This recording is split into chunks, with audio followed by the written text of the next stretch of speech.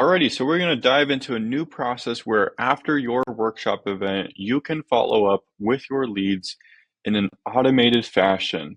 So if you've just done your workshop and you've got a list of people who showed up and you've got a list of appointments and you have a list of people who didn't show up, what are you going to do with all those people?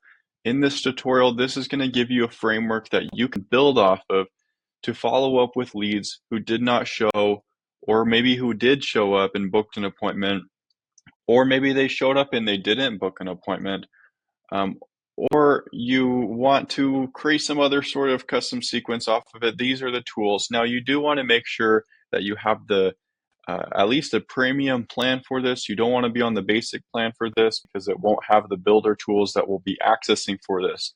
So you need to have the premium plan, the starter plan, or the standard plan, or enterprise plan in order to access these tools. Now, we are in the contacts tab right here in the menu. We're going to be accessing a ton of features that if you aren't familiar with, you're going to get lost in this video. You can follow along with me step by step, but I highly recommend looking into the other tutorials on the Lead Shop Academy or YouTube channel to make sure that you have a full grasp of everything that we're going to be doing. Because if you customize some of these features and you don't know what they do, it can be confusing. So to get further into it here, what we're going to do is we're going to go into pipelines. And if you just did your workshop, you're coming home from your event, you should have a list in your hand of everyone that showed up. You should have checked those people in right at the door as they walked into the event. So you have a list of people who showed up with a list of those who booked appointments. That means that there's a list of people who didn't show up. And we sent that list to you prior to your workshop. So you will have all of your registrations and you'll be able to mark and see those people who didn't show up. Now, the first thing that I recommend doing after you get back from your workshop campaign or your workshop event is marking first the people who attended and booked appointments. And here's what I would recommend doing. You'll take all of the leads, all of your workshop leads will be right here in the campaign complete or the in campaign stage. They're going to be right in these two sections. What you can then do is you see these headers, you can collapse these headers to access some of the further headers. You can see this is what it looks like open. You just click on it though, and it's going to collapse. So we've collapsed what we need to. We want to get to appointment booked, so we can collapse these other ones so that they're not distracting for us. Now we see what we need right here, the full all the registrations right here, and you'll probably have like 20, 30 people. So that will be that. We got all these people right here. Now, the first thing that we want to do is we want to drag them over to appointment booked. We want to just clear all of the people who have booked an appointment and get them out of the way right there. Okay, they're out of the way. So what you can then do is if you have your lead shop calendar set up and you've gone through that setup process and you're actively using that tool, then what you can do is you can click on those leads and then you can book appointments with them. And you can select your calendar, select your day and your time. You can pick a team member, all that stuff. I'm not going to get into the booking appointment part because we do have another tutorial on that. So you can book an appointment just by clicking on that opportunity card and going through that. There you can start scheduling all your appointments. You can get them on your automated email, automated text message reminders, and get that on your calendar so that you're good to go and you don't forget those appointments. It's a super simple way if you got your calendar set up. So we've got those first people taken care of those who booked appointments. Now, what about the people who didn't book an appointment? Maybe we want to put them under seminar, webinar attended right here. So now we can take that card. This person showed up, but they didn't book an appointment. They're right here. So now we've just dragged them over into this column. I'm going to pick another one. They attended as well. We didn't get an appointment booked out of them. So right now, we just dragged these opportunities over into these pipeline stages. It's called a stage, each one of these. So we just dragged them over into pipeline stages, and it didn't do anything. That's perfect. We don't want it to do anything by default. We want you, as the lead shop user, to go in and decide what you want your pipelines to do. We don't want to cause problems by creating triggers for you that you don't actually want and messages to go out that you don't actually want. So, how do we turn on these automations to go out to people who attended but didn't book an appointment? Or now that we have that taken care of, we have the remainder people who didn't show up. So we've got people who attended, didn't show up, and then booked an appointment. We want automations going out for all of these. Now, I'm not going to get into the appointment booked automations. That will be taken care of in the calendar setup video, which is on the YouTube channel.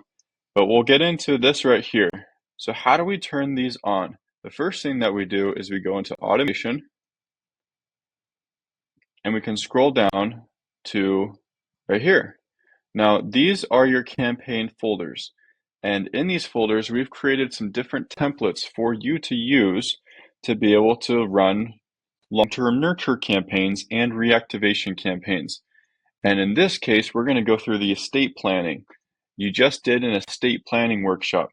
Now, if we click into estate planning, we're going to see the re-engagement sequence and the long-term reactivation sequence. If we click on another one, we're going to see the same thing, but for Medicare, but for pensions. Mortgage protection is the only one that we currently don't have that for. But in this case, we're going to go to estate planning campaigns. So we go to estate planning campaigns, and we want to turn these on. So you see how it says draft? What we want to do is we want to turn on and hit publish. And then on this one, we'll also hit publish. I'll do that in a second, but what we can first do is take a look at what's inside. So the reactivation sequence is a sequence designed to reactivate or re-engage the lead. Now, this is a lead that didn't show up to the workshop, or it's a lead that did show up but didn't book an appointment. And so with that, we have two separate chains to re-engage them. We've got one right here for those that didn't show, and we've got one right here for those that did show and didn't book. So the objectives are, we want those that didn't show up to make sure that they got the information and that they do book an appointment. And that the people here who did show up to the seminar, but they didn't book an appointment, we want them to book an appointment. Either way, we want these people to book an appointment. So that is the goal of these campaigns here. Now, a couple of things to look for. The pipeline stage change right here means that if someone has been changed in the pipeline to the webinar attended phase or the seminar attended phase, then they will automatically be placed here. Also, if the client recruit lead status has been changed to webinar attended, which you'll see by clicking directly on the lead, we won't get into that right here, or the pipeline stage is changed to did not show. So if someone on the pipeline has been changed to attended or to did not show, they will be brought in to this campaign, into this automation. But there's one last kind of fail safe just to make sure that these people are in the right funnel. And that is that it wants to make sure that there is a tag called lead estate planning. If that tag is not on your leads, they will not be funneled in here. Now, for campaigns from June 2025 and onward, the leads that are coming in from workshops are going to have this tag or a tag relative to the type of workshop it is. So if it's lead Medicare, lead retirement planning, whatever type of workshop it is, that's the lead label that it's going to have on the lead as it makes its way into your account. So it'll already be there. But if there are leads that you want to follow up with in the past, you'll need to manually add that tag, which is in a separate video. So that is a last kind of filter. We want to make sure that leads have that tag. If they don't, you're going to see a lot of people automatically being pushed out right here. They're going to exit right off the bat if they don't have that lead estate planning tag. Now, if they do have the tag, now they can enter. They can enter the campaign right here. Now, this is where it's going to divide people. If they didn't show up, then they're going to go down this chain. They're going to get a tag added that says seminar did not show. It's going to send out a text. It's going to send out emails, and you're going to see wait times. You're going to see messages sprinkled in. And what's going to be the deciding factor here for whether or not these people continue is if they've booked an appointment. If they've booked an appointment on your calendar, assuming it's a calendar built within LeadShop, then this appointment booked tag is going to push people out. So if they have booked an appointment on your calendar, an appointment booked tag will be added to that lead. And the next time that it wants to send out a message to them, it's going to actually push them out of the automation. So now that they're pushed out of the automation, they won't receive any more re-engagement texts. Now, what is a re-engagement text? A re-engagement text is some sort of question, some sort of message to get them to respond to you. So that means that if they do respond to you, you want to get on top of it. So if you send out a text automatically like this and they respond to it, it's time to take initiative and respond back. You want to make sure that you're doing your part in continuing the conversation. And as time goes on, you can build out different AI response features, which we can get into in another tutorial. But for the sake of this re-engagement sequence is designed to send out emails that are value-based, relating to estate planning and the workshop, and trying to make sure that they get the information that they need and that you want them to. So with that, you can come in here and you can customize any of these emails, any of these messages the way that you want. If you want help, you can always use the Write with AI tool. You can select a tone such as casual, friendly, persuasive. You can give it a prompt and then it'll generate an email and you can have it regenerate different options. Now for this chain right here, for those that did attend but didn't book an appointment, it's going to act very similar. He's going to push them out if they have booked an appointment. If they haven't booked an appointment, it's going to just keep on dripping on them until they do book an appointment. So it's going to go through this full sequence, again, pushing people to book an appointment. And then right here, it's going to add them to the long-term reactivation email sequence. So if they have not booked an appointment, they're not responding, we want to make sure that we can make good use of that lead. It's going to automatically add them to this long-term nurture sequence. During the first 3 months of this sequence, they're going to get an email, and after that, it'll just be once a month. So these are estate planning emails. All of these are templates that you can customize. You can click on edit. The best place to edit these though is under marketing. You can go to marketing, go to emails, and then you can find what type of template it is right here in your folders and click on it. And you're going to see 50 different emails that have been designed. Again, these are all templates for you to use. So feel free to use them as you wish, customize them as you wish.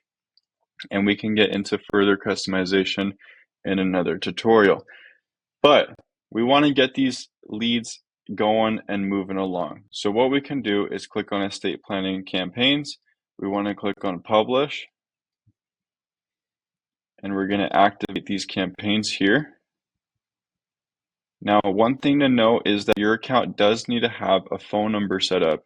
If you don't have a phone number set up, go ahead and watch that tutorial or send us an email because we do need to go through an A2P registration process to make sure that your business is verified if you're going to be sending out mass emails or emails and text messages for business purposes. So let's go through that process. But if you do have your messages, your phone number set up, then you'll be able to message and use this automatically right off the bat. So now we've got our campaigns turned on, which is great. We can go into contacts, and what we want to do is we can select a few people on our pipeline who attended. And here we might need to add tags to them. So right here we can go ahead and search lead or estate plan.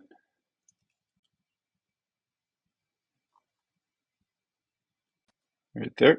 So we just go ahead and add that tag. Now they're estate planning lead. So what we're going to do here is we're going to, for the sake of the tutorial, we're going to move these people out, back over here. And now, make sure we got the right people. Okay. And then we're going to go ahead and we're going to send them in. So if they attended, but they didn't book, we'll put them right there. If they didn't attend, then we'll put them right there. So now we can go ahead and click on the individual,